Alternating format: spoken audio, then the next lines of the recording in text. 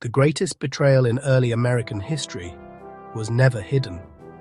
It happened in broad daylight, signed with ink, protected by soldiers, and buried beneath the story America tells itself. But beyond the trail of tears, beyond the forced marches and broken treaties, there was something even darker. A hidden network of politicians, land speculators, military commanders, bankers, and state agents, operating behind the official government, a machine, an unofficial empire inside the young United States, America's first shadow government, and its victims were the people already living on the land. History remembers the Trail of Tears as a tragedy, and it was. Thousands of Cherokee men, women and children were forced from their homes in the 1830s. Many died from disease, others from starvation. Some simply disappeared into the frozen wilderness. But the deeper story begins long before the march, because removal was never just about land, it was about power. The young United States was expanding at terrifying speed. Cotton profits were exploding. Banks wanted territory. Speculators wanted gold. Southern elites wanted plantations. And politicians wanted control. Officially, America spoke the language of democracy. But behind closed doors, another system was forming. A hidden alliance between private wealth and public authority. Governors, military officers, judges, investors, land companies, newspapers, all moving together toward one goal: expansion, no matter the human cost.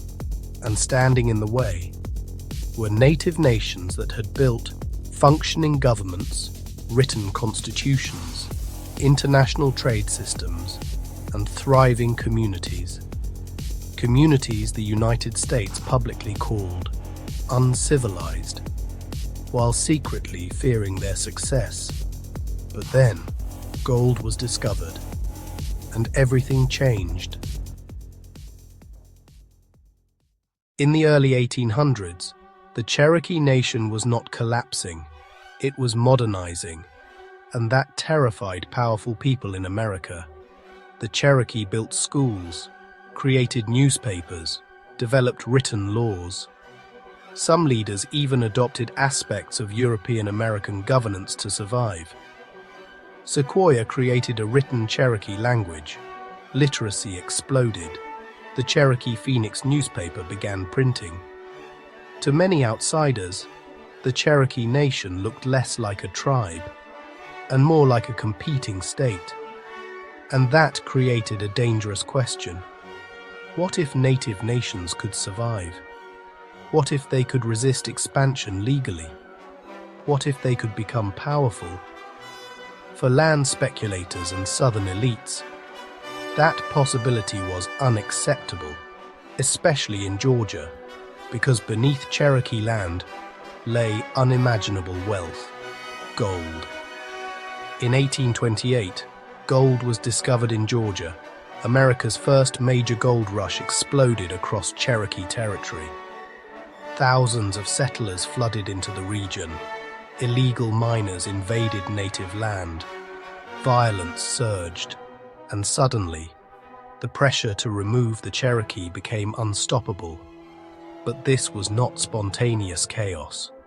Behind the scenes, politicians and investors were already preparing. State governments ignored federal treaties. Courts looked away. Land lotteries were organized before removal even happened. People were preparing to sell stolen land before it was officially stolen. This was not random expansion. It was coordinated, a partnership between money and power, America's first shadow system. And then came Andrew Jackson.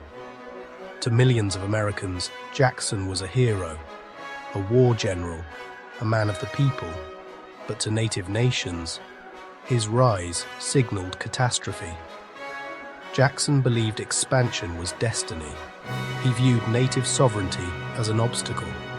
And when he became president in 1829, the machinery accelerated. The Indian Removal Act was introduced.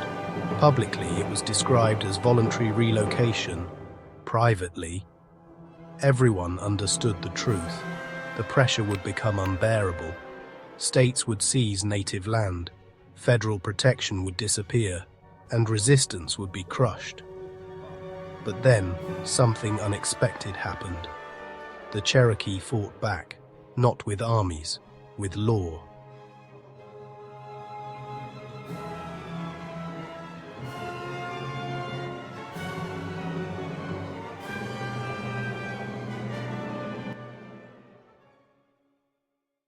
The Cherokee Nation took its case to the Supreme Court, and for a moment, it seemed America might choose law over greed. Chief Justice John Marshall ruled that native nations possessed certain sovereign rights. In Worcester v. Georgia, the court declared Georgia had no authority inside Cherokee territory. Legally, the Cherokee had won. But power was already shifting somewhere else, because a ruling means nothing if nobody enforces it. And Andrew Jackson refused. According to legend, Jackson responded, "John Marshall has made his decision, now let him enforce it." Whether he said those exact words or not, the message was clear. The law no longer mattered.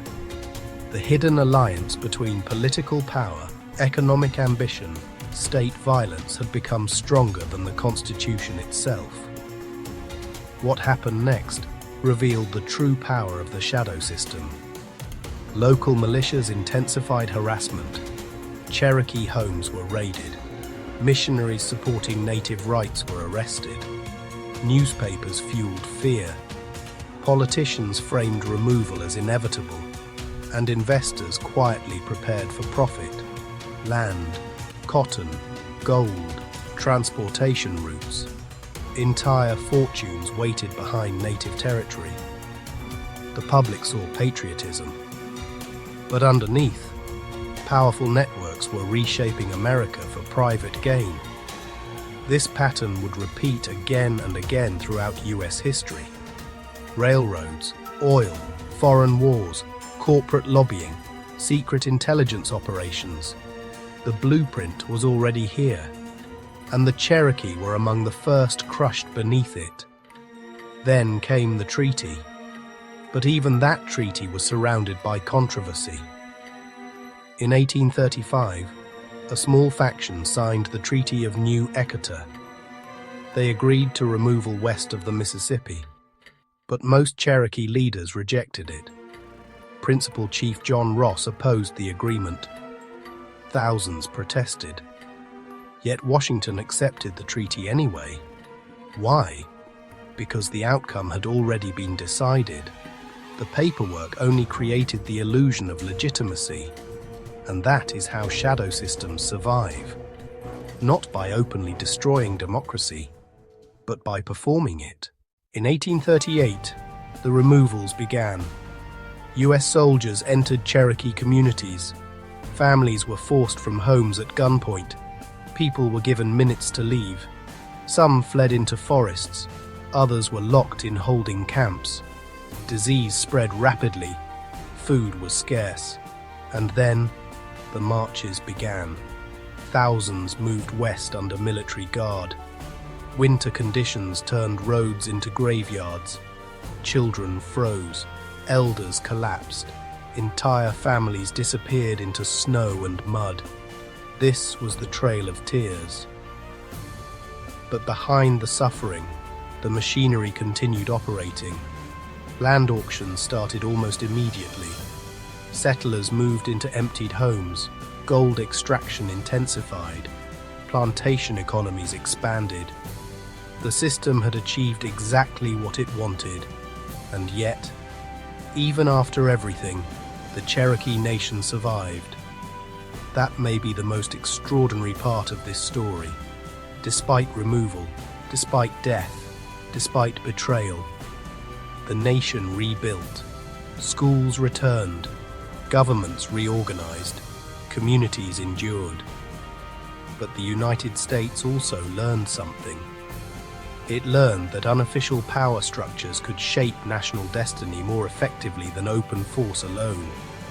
Public speeches on one side, private interests on the other, and between them, ordinary people caught in the machinery. The first shadow government was not one secret organization. It was a system, a relationship between wealth, politics, expansion, controlled narratives, and once created, it never truly disappeared.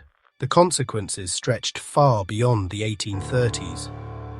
The removal era helped transform the United States into an economic superpower. Cotton plantations expanded massively across the South. Financial markets grew richer. New territories opened for settlement. And political leaders learned how powerful coordinated narratives could become. Because if a government could convince millions that removal was necessary, what else could it justify? Wars, interventions, surveillance, corporate monopolies, foreign occupations. History would repeat the pattern, again and again and again. But the deeper tragedy is not only what was taken, it is what was erased. Entire cultures displaced, sacred lands destroyed, languages threatened, memories buried beneath highways, cities and farms.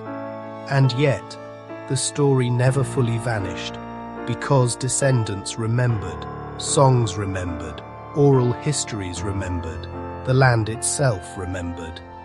Transition, slow fade into modern Washington, D.C. Today, many Americans still debate what the country truly represents. Freedom, opportunity, democracy, power, empire, maybe all of them at once. But the story of the Trail of Tears forces a difficult realization. A nation can speak the language of liberty, while systems behind the scenes pursue something entirely different. And sometimes, the most powerful governments are not the visible ones, but the networks operating quietly beneath them, influencing laws, shaping economies, guiding public emotion, determining whose suffering becomes history and whose becomes forgotten. Transition, fade into candle flame. The Trail of Tears was not only a removal, it was a warning about what happens when power becomes more valuable than principle, when profit becomes more important than humanity, when systems become so large, nobody inside them feels responsible anymore. But history is not only made by governments, it is remembered by survivors. And despite every attempt to erase them, native nations survived. That survival may be the greatest act of resistance in American history, because empires often believe they control the future until memory outlives them. And perhaps the most dangerous question this story leaves behind is not, how did this happen? But, could it happen again? If this story changed the way you see history, subscribe, because some of the most important stories in the world are the ones hidden beneath official narratives. And the deeper you look into history, the more you realize the past is never truly past. Next time, we uncover another forgotten chapter buried beneath the rise of modern America.